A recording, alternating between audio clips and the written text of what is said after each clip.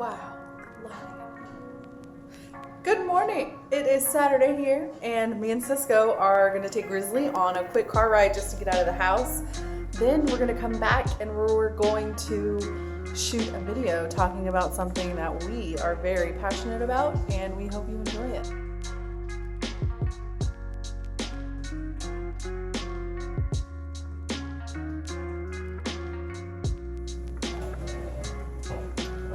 All right, background. You ready? Take two.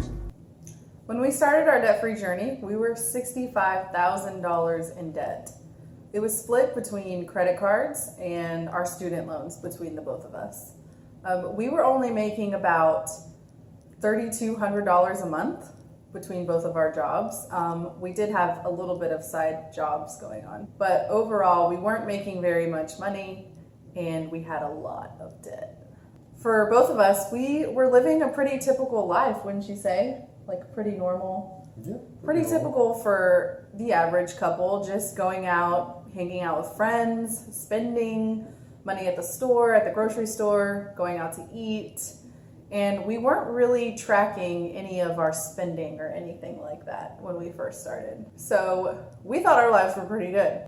I didn't know it at the time. Me and Cisco were still dating and he was planning on proposing. So he had a different agenda in mind. I was planning to propose, and near the time when I bought the ring and it was about to happen, I had a serious reality check. I was looking at my finances and looking at my debts and just thinking about what we wanted for the future, and it was not working realistically. I wasn't making a lot of money. We want things like a house. You know, everybody wants nice stuff. There's no way I was going to make it with that. So I started researching some financial plans or like what to do, and that's when I found Dave Ramsey. I think at first, I don't think you asked me if I wanted to start paying off our debt. I think you kind of just started playing Dave Ramsey. Dave Ramsey has a really good podcast, and so Cisco would just kind of play the podcast around me, and then I would ask questions like, ooh, who is this? Like, what is he talking about? He also has a really good book called Total Money Makeover. Total Money Makeover, and Cisco actually went out and bought the book, and then he started reading it. And then again, me being nosy, I went over and was like, what are you reading?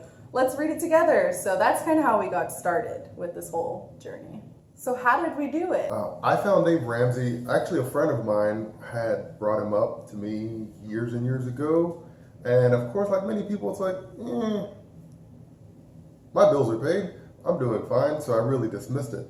However, once I had that reality check I just told you about, things got real really fast and it came right front and center again. One of the things that we learned from Dave was to start a budget and stick to that budget. So that first month we were just like, well, let's just track how much we're actually spending, because we had no idea.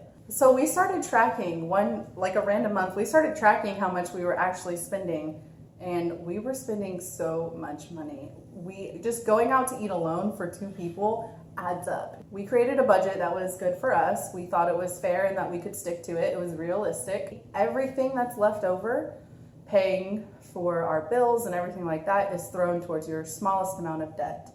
And then you periodically go to the largest amount of debt. Other than that, we hustled like a boss. We both had side jobs. I had a full-time job working at the school, the elementary school. Cisco has a full-time job as a salesman, and he also teaches night class. So I'm a dog walker on the side, and I also deliver people's groceries. Some of the struggles that we faced along the way was just having to say no to everything, it felt like.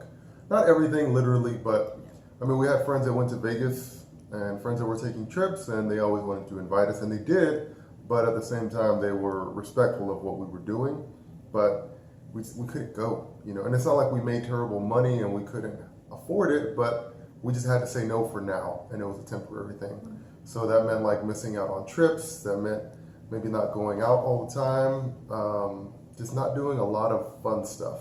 My first year working at my new job, that was at the school. That was the first year we started paying on our debt. Humans are social creatures, especially when you're trying to make friends and you're new there and you just want to do all the things. So It was hard at first having to turn people down. I didn't want people to think that I was standoffish or cold or I wasn't relatable and wasn't a very good friend. It kind of sucked like not being able to just join in and like, hey, everyone's buying Christmas presents for everyone. Do you want to join in? It's like, it sucked not being able to do that. I don't want people to think that I'm cheap because, you know, humans just want to be social and they want to engage in all the things that other people get to do. So that was one of the hardest things when we first started.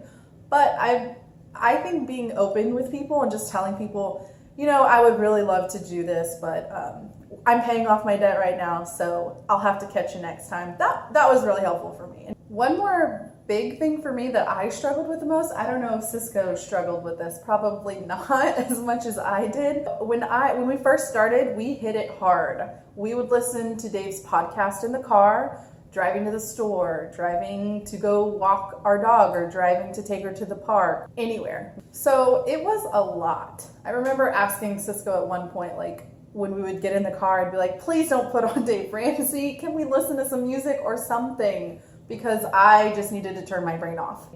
Also, just having normal conversations on a daily basis, like everything we talked about. Cisco's starter for every sentence was, when we're debt free, or what would Dave say, or something like that. So I had to ask him personally, like, hey, can we sort of take a step back? I know we're really hitting this hard right now, but I would like to spend time and just relax. And I'll say another struggle, especially for me, was shutting it off. I like working hard. I know if I work hard, things will pay off. Kind of giving time to Jennifer and my family, and I always want to work, pick up extra stuff, do extra this, because I know all the extra stuff I do is getting us closer to this goal, and it'll get us there faster and accelerate that process. But you need that balance, like Jennifer said earlier. So I guess what we're saying is there will be struggles. Don't expect everything to be perfect because it will not be perfect, but make things work for you. One of the biggest tips that we could give others, maybe starting their debt-free journey or already on their debt-free journey, is be on the same page. Sometimes money can be an awkward subject, especially if you're dating. You don't want to bring up money for whatever reason. I mean, we never seemed to have that problem talking about money. We were always open. Just be open and listen to your partner, and I hope that they would listen to you, and don't be sensitive when it comes to money. It's more awkward if you have to have a conversation about money when you're already failing than it is to start the conversation before you fail.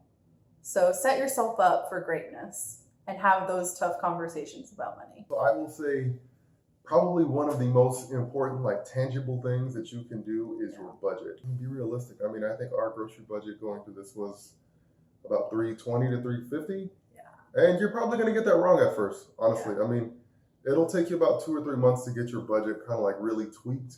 And while you should be adjusting it every month because months are different, you'll figure out like how much we're going to spend on food, how much we spend on gas realistically and whatnot. So stick to it and be realistic. Hold yourself accountable. Yes. If you make a mistake, it's okay. Like if you bought something that maybe you were like, man, I shouldn't buy this, and then you went ahead and did it, it's okay. If you can fix your mistake, fix it. If not, just live with it, move on, keep going. Don't stop because you made a mistake. Find ways to have fun. How do we have fun, Cisco? Just in general, we love going outside, and going outside is absolutely free. So we took a lot of walks. We love our dog. We took our dogs to the dog park. All the free things, go ahead and hop on that.